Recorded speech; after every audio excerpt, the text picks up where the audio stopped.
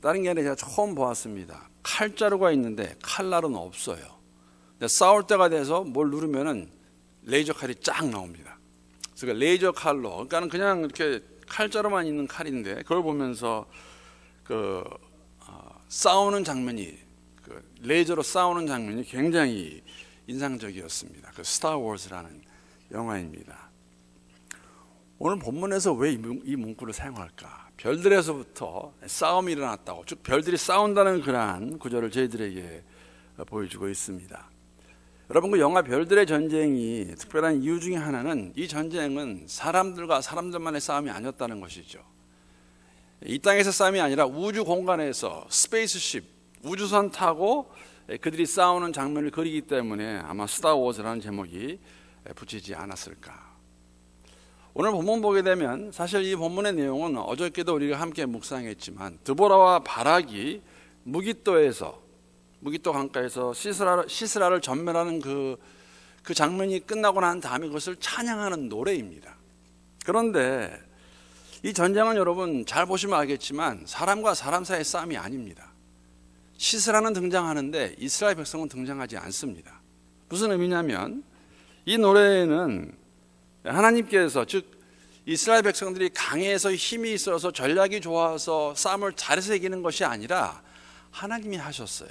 오늘 본문 21절 말씀에 그 내용이 들어가 있습니다. 21절 보게 되면은 기손강은 그 무리를 표류시켰으니 이 기손강은 옛 강이라 내 영혼아 내가 힘 있는 자를 밟았도다 라고 기록하고 있습니다. 기손강이라는 강은 예적부터 있던 강입니다. 근데 이 강이 그 무리가 누구입니까? 시스라의 군대입니다. 표류시켰으니, 이렇게 하면 이해가 되실 것 같습니다. 하늘의 별들이 엄청난 폭우를 내린 결과로 기손강이 범유하여서 야빈 왕의 군대 장관이었던 시스라와 그의 군대들과 철병거 900이 다 왔는지 모르겠지만 철병거를 멸망시킵니다. 그러니까 이스라엘 백성이 한 전쟁이 아닙니다. 이것은 하나님이 하신 거라는 것이죠.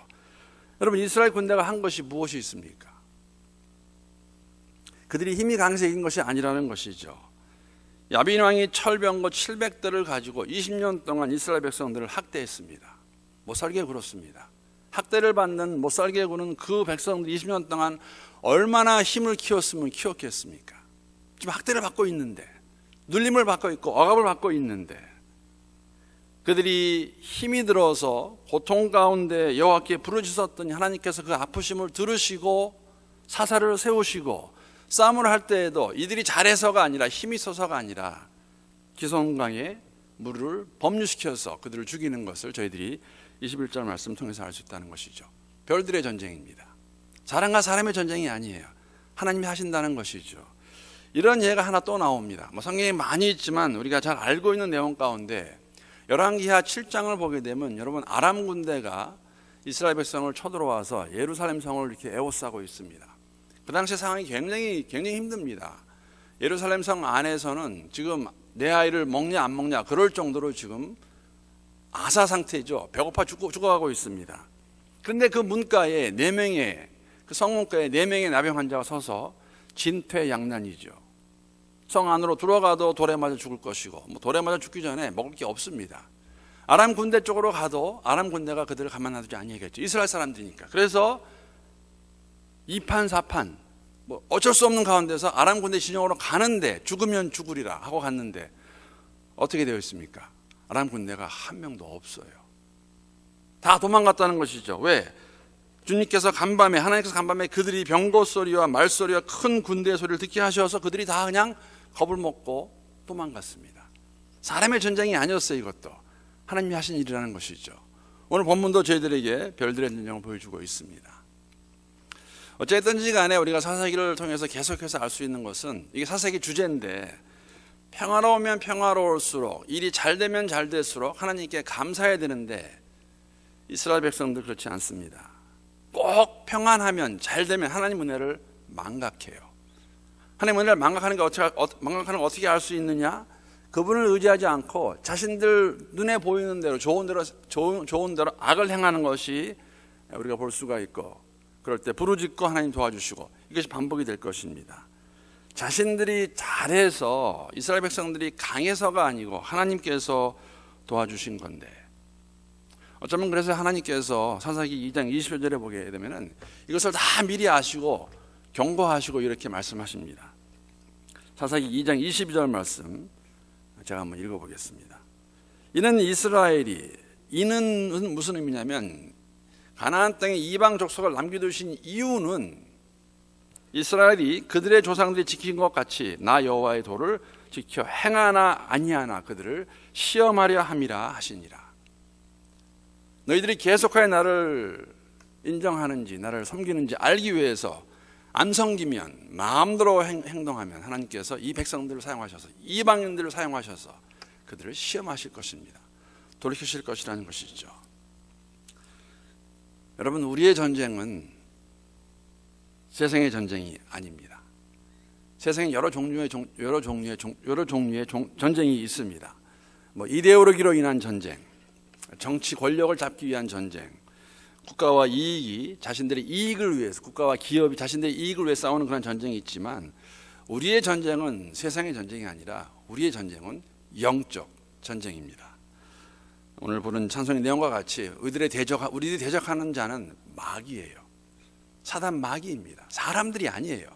사단 마귀가 우리를 넘어뜨려 한다는 것이죠. 어떤 설교자는 이 영적 전쟁을 이렇게 정의합니다. 복음의 가치를 지켜내려는 세계관의 싸움.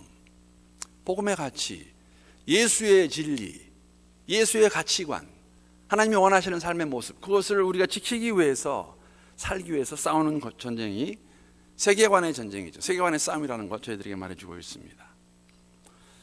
이 싸움에서 우리가 알고 있다시피 하나님께서 기스강의 물을 범람해서 시스라의 군대를 멸하시는데, 그런데 오늘 본문에 그것으로 끝나지 않고 아주 흥미로운 한 사건이 나옵니다. 어떤 사건이냐면, 하나님께서 이 영적 싸움에 우리의 참여를, 동참을 원하신다는 것입니다. 여러분, 23절 말씀이 굉장히 흥미롭습니다. 23절 말씀 보게 되면, 여호와의 사자의 말씀에 메로스를 저주하라. 너희가 거듭거듭 그 주민을 저주할 것은 그들이 와서 여호와를 돕지 아니하며 여호와를 도와 용사를 치지 아니함이라 하시도다. 갑자기 지금 드보라의 이 찬양하는 노래 가운데 여호와의 사자가 등장합니다. 이 의미는 뭐냐면은, 이 저주하라는 이 뜻은 드보라 개인의 마음이 아니라는 것이에요. 여호와의 사자가 나타나서 이 메로스가 누구일까? 메로스를 저주하라고 그러는데, 이 짧은 23절 한 구절에 저주가 3번 나옵니다. 계획개정으로 2번 나와 있는데, 여기 나와 있는 너희가 거듭 그 주민을 저주할 것은, 거듭. 그러니까 3번형을 이것을 그 안에 사는 주민들을 저주하고 저주하여라. 3번 나옵니다. 하나님의 마음입니다. 그럼 메로스가 누구일까? 본문 내용을 보게 되면 메로스를 어떻게 정의하면 되냐면은, 여호와의 그 싸움에 돕지 아니한 자들, 참여하지 아니한 자들이죠. 이들이 누구입니까? 야빈의 왕, 군대 장관 시스라의 그 침범에 싸우는 그들에게 사실 드보라와 바락이 전보를 보내죠. 동참해달라 하는데, 우리가 알고 있다시피 요청에 의한 전쟁에 동참한 지파는 에브라임과 베냐민과 므낫세와 스불론, 이사갈과 납달이었습니다. 그 지파밖에 안 합니다. 나머지는, 루벤은 전쟁하고 있는 형제들이죠. 형제 지파들이 싸움하고 있는데 양떼를 부리는 피리 소리는 앉아서 듣고 있었고, 길르앗과 단, 하셀은 부둣가에서 편히 쉬고 있었습니다. 지금 하나님께서 이 백성들을 사용해서 싸움하고 계시는데, 형제들은 나가서 피 흘리고 있는데 이들은 한가하게 관망만 하고 있었습니다. 너희들은 싸워라, 우리들은 쉬겠다. 그러니까 대가를 물으시는 것이죠.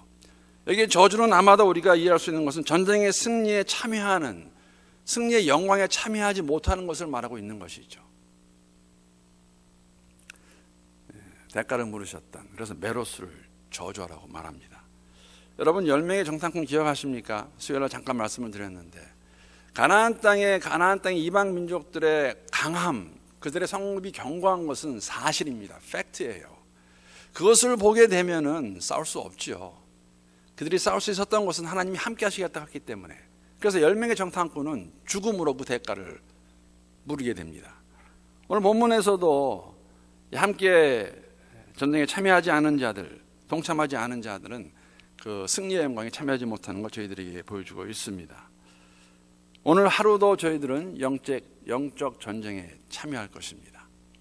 주의 백성으로 살아가기 원할 때에 우리를 넘어뜨리려고 사단마귀 가만히 있지 않냐고 여러 가지 모양으로 일터에서 믿는 형제 자매들 가운데서도 또 만나는 사람들 가운데서 또 어떤 사건을 통해서 우리를 넘어뜨리려고 그것을 이용하려고 할 것입니다. 영적 전쟁입니다.